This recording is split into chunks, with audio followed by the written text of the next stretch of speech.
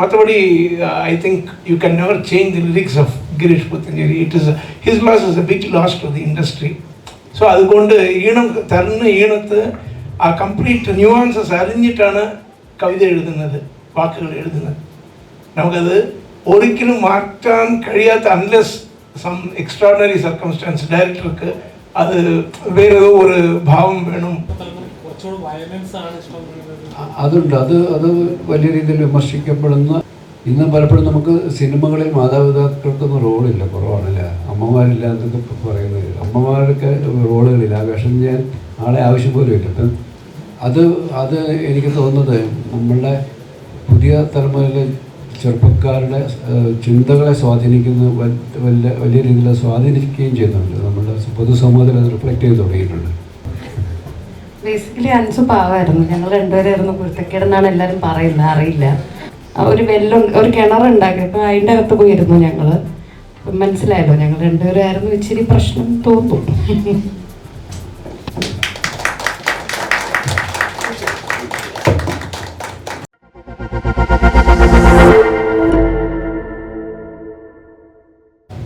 നേരത്തെ സൂചിപ്പിച്ചു, ഞാനിത് പറയാം.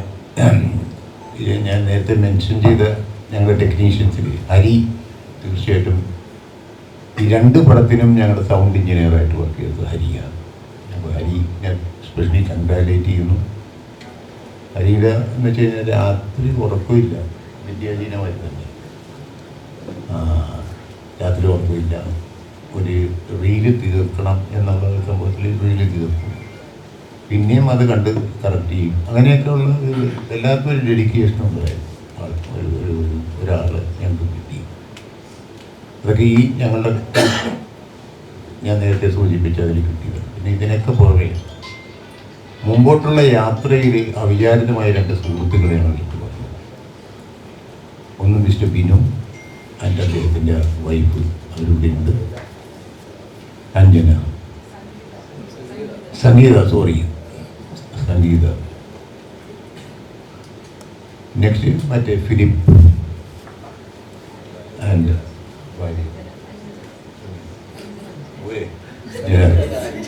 അഞ്ജന. അതെപ്പോഴും എനിക്ക് അങ്ങനെ ഒരു മിസ്റ്റേക്ക് ഉണ്ട്. അപ്പോൾ അവർ ഞങ്ങളെടുത്ത സിനിമകൾ കണ്ടിട്ട് ഒരു നല്ല സപ്പോർട്ടോടുകൂടി ഒരു എന്താ പറയുക, ഇനിയും സിനിമ എടുക്കണം എന്നുള്ള ലെവലിൽ നിന്നുകൊണ്ട് ഞങ്ങളോട് കൂടിയ ആൾക്കാരാണ്.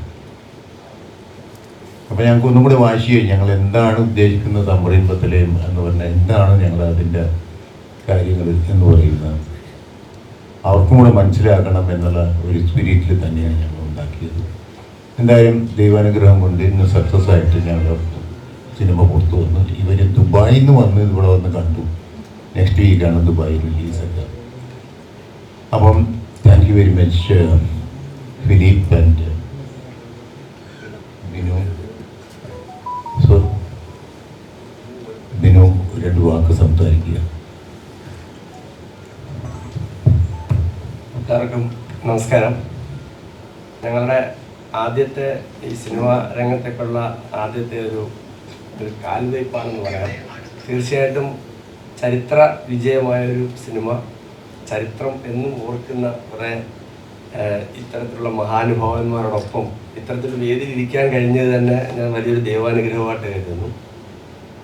നേരത്തെ പറഞ്ഞ പോലെ തന്നെ ഈ സമരൻ ബത്ലഹേം 25-27 വർഷങ്ങൾക്ക് മുമ്പ് റിലീസ് ചെയ്ത അതേ ചാരുതയോടും അതേ ഒരു ഫ്രഷ്നെസ്സിനോടും കൂടി ഇപ്പോൾ പുതിയ തലമുറയ്ക്ക് ഉൾക്കൊള്ളാൻ കഴിയുന്ന രീതിയിലേക്ക് ഇന്ന് റിലീസ് ചെയ്യാൻ കഴിഞ്ഞതിൽ, അതിനൊരു ഭാഗമാകാൻ കഴിഞ്ഞതിൽ എനിക്ക് വളരെ അഭിമാനമുണ്ട്, വളരെ സന്തോഷമുണ്ട്. തീർച്ചയായിട്ടും എല്ലാവരുടെയും സഹായ സഹകരണം ഉണ്ടാവണം. അന്ന് റിലീസ് ചെയ്ത പോലെയല്ല, ഇപ്പം കുറച്ചുകൂടി ഒരു ഡിജിറ്റൽ മാർക്കറ്റിങ്ങും നിങ്ങളെപ്പോലുള്ള ആൾക്കാരുടെയൊക്കെ ഒരു വലിയ സപ്പോർട്ടും ഇന്ന് ഏത് സംരംഭത്തിനായാലും, സിനിമയെന്നല്ല ഏത് വ്യവസായമായാലും എവിടെയും എല്ലാത്തിനും അതൊരു പ്രസക്തി കൂടി വരുന്ന സാഹചര്യത്തിൽ തീർച്ചയായിട്ടും ഈ ഒരു സാഹചര്യത്തിൽ ഞാൻ റിക്വസ്റ്റ് ചെയ്യുകയാണ്, ഇത്രയും മനോഹരമായ പാട്ടുകൾ, ഈ പാട്ടുകൾ ജനങ്ങളിലേക്ക് എത്തിക്കണം. ഉറപ്പായിട്ടും ആ സിനിമയും എത്തിച്ച് ഒരു വിജയമാക്കി മാറ്റണം എന്ന് റിക്വസ്റ്റ് ചെയ്യണം. That's it. താങ്ക് ഗിരീഷായിട്ട് എന്താ പറയുക, ഗിരീഷും ഞാനും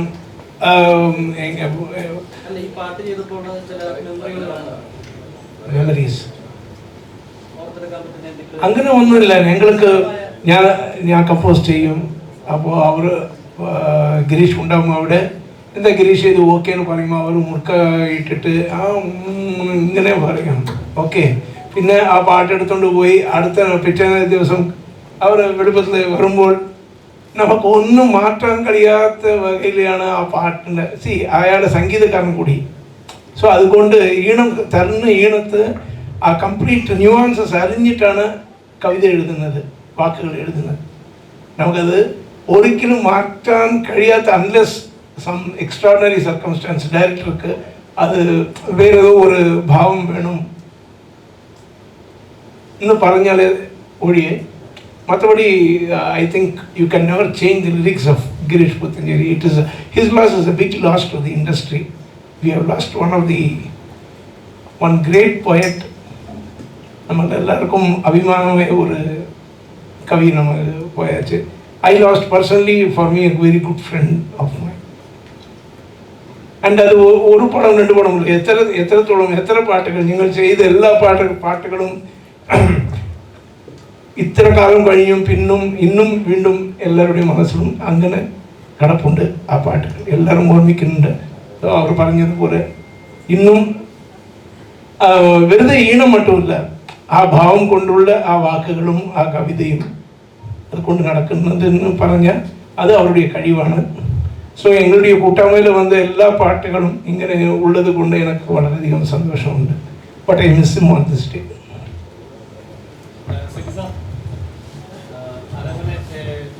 ഇതേപോലത്തെ ചിത്രങ്ങൾ ഇറങ്ങുന്ന സമയത്ത് ആളുകളുടെ ഏറ്റവും കൂടുതൽ പ്രതികരണത്തിൽ വെറും ഫാസ്റ്റ് നമ്പേഴ്സോ അല്ലെങ്കിൽ മസാലാസോ വയലൻസോ അല്ലാതെ ഇതേപോലത്തെ ചിത്രങ്ങളും സിനിമയിലുണ്ട്, അല്ലെങ്കിൽ ഇതും സിനിമയാണ്, ഇങ്ങനെ സിനിമ എൻജോയ് ചെയ്യാമെന്നുള്ള ഓർമ്മപ്പെടുത്തലാണ് ഇതേപോലത്തെ സിനിമ റിലീസ് ചെയ്യുമ്പോൾ ഉണ്ടാകുന്ന പ്രേക്ഷകർ ഉണ്ടാകുന്ന ഇമോഷൻസ്. അപ്പം താങ്കളുടെ പെർസ്പെക്റ്റീവിൽ ഇപ്പോഴത്തെ ഇതുപോലത്തുള്ള ഫീൽ ഗുഡ് ആയിട്ടുള്ള സിനിമകൾ ശരിക്കും മിസ് ചെയ്യുന്നുണ്ടോ? തീർച്ചയായിട്ടും വളരെ നമ്മൾ പറഞ്ഞില്ലേ, ഒരു ജനറേഷൻ മാറുന്നതനുസരിച്ച് അവരുടെ കാഴ്ചപ്പാടുകൾ മാറുന്നുണ്ട്, അവരുടെ സിനിമയോടുള്ള അപ്രോച്ച് മാറുന്നുണ്ട്, മാറ്റങ്ങൾ സംഭവിച്ചുകൊണ്ടിരിക്കും. ഞങ്ങൾക്ക് മുമ്പൊരു തലമുറ ഉണ്ടായിരുന്നു, അവർ ചെയ്ത രീതിയിലുള്ള സിനിമകളല്ല നമ്മൾ ചെയ്തത്. പിന്നെ നമ്മളുടെ ആ തലമുറയിലുള്ള ആൾക്കാർക്ക് കുറച്ചും കൂടെ സസ്റ്റൈനബിൾ ഉണ്ടായിരുന്നു. നമ്മൾ അത്തരം സിനിമകൾ സ്വീകരിക്കുന്ന ഒരു വലിയ തലമുറ നമ്മുടെ കൂടെ സഞ്ചരിച്ചിരുന്നു.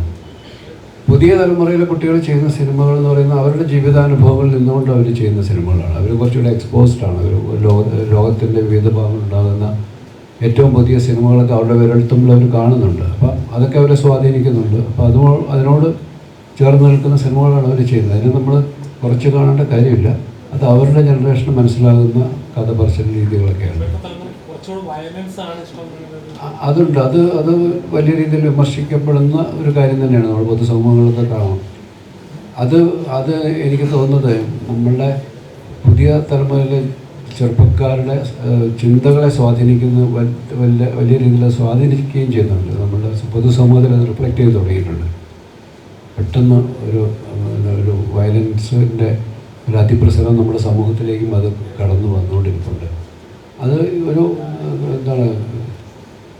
ജനറേഷൻ നമ്മൾ അവരുടെ അവർ വളർന്നു വരുന്ന അവർ കടന്നുപോയ ജീവിത അനുഭവങ്ങളൊക്കെ അവരുടെ ക്രിയേറ്റിവിറ്റിയിലും സ്വാധീനം ചെലുത്തുന്നുണ്ട്. ഇപ്പം ഞാൻ ജീവിച്ച പോലെ അല്ലെങ്കിൽ എൻ്റെ തലമുറ ജീവിച്ച പോലെയുള്ളൊരു ജീവിതാനുഭവങ്ങളിലൂടെയല്ല അവർ കടന്നു പോകുന്നത്. അവർ ജനിച്ചപ്പോഴത്തേക്ക് നമ്മൾ പറയുന്ന പോലെ ജെൻസി എന്നൊക്കെ പറയുന്ന ഒരു ജനറേഷനിലേക്ക് അവർ എത്തിയിരിക്കുന്നു.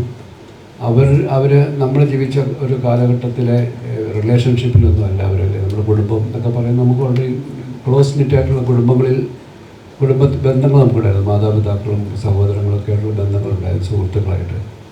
ഇന്ന് പലപ്പോഴും നമുക്ക് സിനിമകളിൽ മാതാപിതാക്കൾക്കൊന്നും റോളില്ല, കുറവാണല്ലേ. അമ്മമാരില്ല എന്നൊക്കെ പറയുന്നത്. അമ്മമാർക്ക് റോളുകളില്ല. ആ വേഷം ചെയ്യാൻ ആളെ ആവശ്യം പോലും ഇല്ല. ഇപ്പം നമ്മളീ കണ്ട സിനിമകൾ, ഇപ്പോൾ സുകുമാരി ചേച്ചി എന്നൊക്കെ പറഞ്ഞാൽ നമ്മുടെ ഏറ്റവും പ്രധാനപ്പെട്ട ലളിത ചേച്ചി, അവർക്കൊന്നും ഇന്നത്തെ കാലത്ത് ഒരു റോൾ ഉണ്ടാവാൻ സാധ്യത കുറവാണല്ല. അത്ര അമ്മ വേഷങ്ങളില്ല.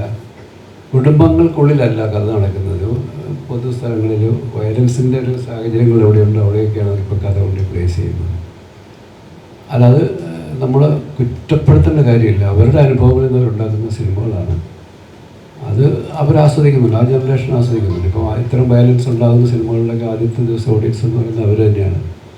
പുതിയ സിനിമകൾ ഇറങ്ങുമ്പോഴും അതിൻ്റെ ഒരു ഫെയ്റ്റ് നിർണ്ണയിക്കുന്നതും ഈ പുതിയ തലമുറയിലെ പ്രേക്ഷകരുടെ ഇഷ്ടങ്ങൾക്കനുസരിച്ചാണ്. അവർ എൻജോയ് ചെയ്യുന്ന, അവരായിരിക്കും ആദ്യം ഒരാഴ്ച തിയേറ്ററുകൾ വരികയും ഒരു സിനിമയുടെ വിധി നിർണ്ണയിക്കുന്നതും അവർ തന്നെയായിരിക്കും. ഒരു ഫാമിലി ഓഡിയൻസ് പിന്നീടായിരിക്കും തിയേറ്ററിലേക്ക് വരുന്നത്. എന്നാൽ അടുത്ത കാലത്തും വളരെ ഫീൽ ഗുഡായിട്ടുള്ള സിനിമകൾ വന്ന ആൾക്കാർ ആസ്വദിക്കുന്നുമുണ്ട്. അപ്പോൾ എന്തായാലും പിന്നെ അവരുടെ സിനിമകൾ ആസ്വദിക്കുന്ന അവരുടെ തലമുറയിൽപ്പെട്ട ആൾക്കൊപ്പം അവർ സഞ്ചരിക്കുമ്പോൾ ഇത്തരം ഓർമ്മപ്പെടുത്തലുകൾ താങ്കൾ പറഞ്ഞ പോലെ ഉണ്ടാകുന്നത് നല്ലതാണ്. ഇങ്ങനെയും സിനിമകൾ ഇവിടെ ഉണ്ടായിരുന്നു, ഈ സിനിമകളൊക്കെ വലിയ രീതിയിൽ ആസ്വദിക്കപ്പെട്ടിട്ടുണ്ട്, ഇപ്പോൾ പുതിയ തലമുറക്കാരും ഈ സിനിമ കണ്ട് ആസ്വദിക്കുന്നുണ്ട് എന്നുള്ളത് നമുക്ക് സന്തോഷകരമാണ്.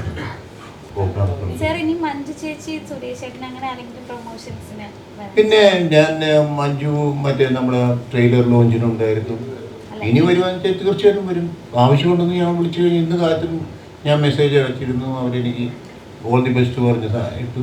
ഇന്നത്തെ സാഹചര്യത്തിൽ വിളിക്കുന്ന ഒരു കാര്യമില്ലല്ലോ, നിങ്ങൾ തന്നെ വേണ്ടാത്ത കാര്യങ്ങൾ പറയും, എന്നോട് ചോദിച്ചാൽ മതി. അപ്പോൾ അത് കാരണം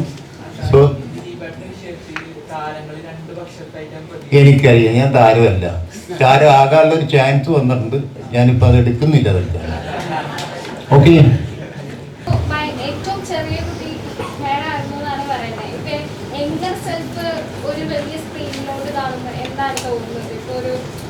ഒരു ഭയങ്കര ചെറുപ്പത്തിലെ ഒരു ഇതായിട്ട് അന്ന് സിനിമ അങ്ങനെയൊന്നും അറിയില്ലായിരുന്നു, കാണുന്നു. പക്ഷെ ഇന്നിപ്പോ ആ ഒരു ചെറിയ കുട്ടി അതൊരു ഡോക്യുമെന്ററി പോലെ ആ സിനിമയിലെ ചില ഭാഗത്തായിട്ട് വന്നു.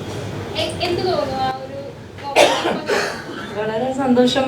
എന്താ പറയുക, ഞങ്ങളെല്ലാവരും ഭയങ്കര പ്രൗഡാണ്. ഞങ്ങൾക്ക് അങ്ങനെ വലിയ ലീഡിങ് ആക്ടേഴ്സിൻ്റെ കൂടെ പിന്നെ വിദ്യാജിയുടെ സോങ്സ് അങ്ങനെ അത്തരം സിനിമയുടെ ഒരു ഭാഗമാവാൻ പറ്റിയതിൽ വളരെ അഭിമാനമുണ്ട്.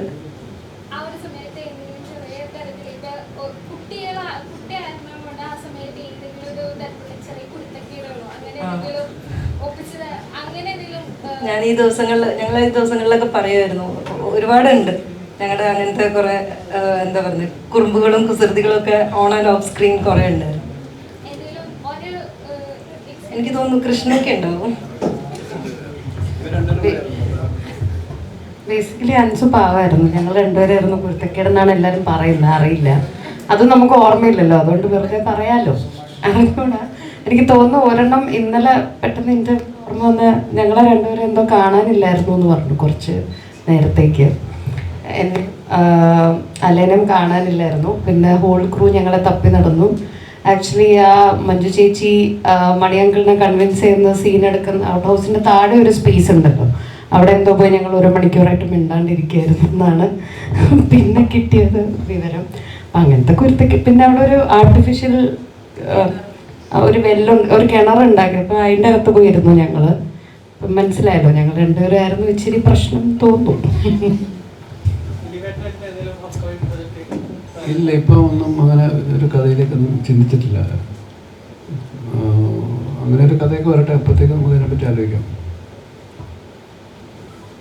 കഴിഞ്ഞില്ലേ? മറ്റ് ചോദ്യങ്ങളില്ലാന്ന് വിചാരിക്കുന്നു. സോ നമുക്ക് ഈ പ്രസ് മീറ്റ് വൈൻഡപ്പ് ചെയ്യാം. വൈൻഡപ്പ് ചെയ്യുന്നതിന് മുന്നേ 27 വർഷങ്ങൾക്ക് ശേഷം ഈ സംരംഭത്തിലേക്കും ഒത്തുകൂടിയ സമയത്ത് നമ്മുടെ ടീമിൻ്റെ ഒരു സ്നേഹാദരം കൊടുക്കുന്നൊരു പരിപാടി ഉണ്ടായിരുന്നു ട്രെയിലർ ലോഞ്ചിന്.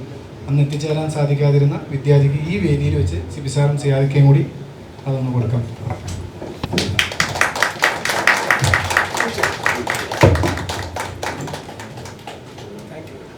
ഒപ്പം നമ്മുടെ തിയേറ്റർ ചാട്ടിങ്ങുകളെല്ലാം ചെയ്യുന്ന നമ്മുടെ സ്വന്തം പ്രശാന്ത് ഏട്ടനും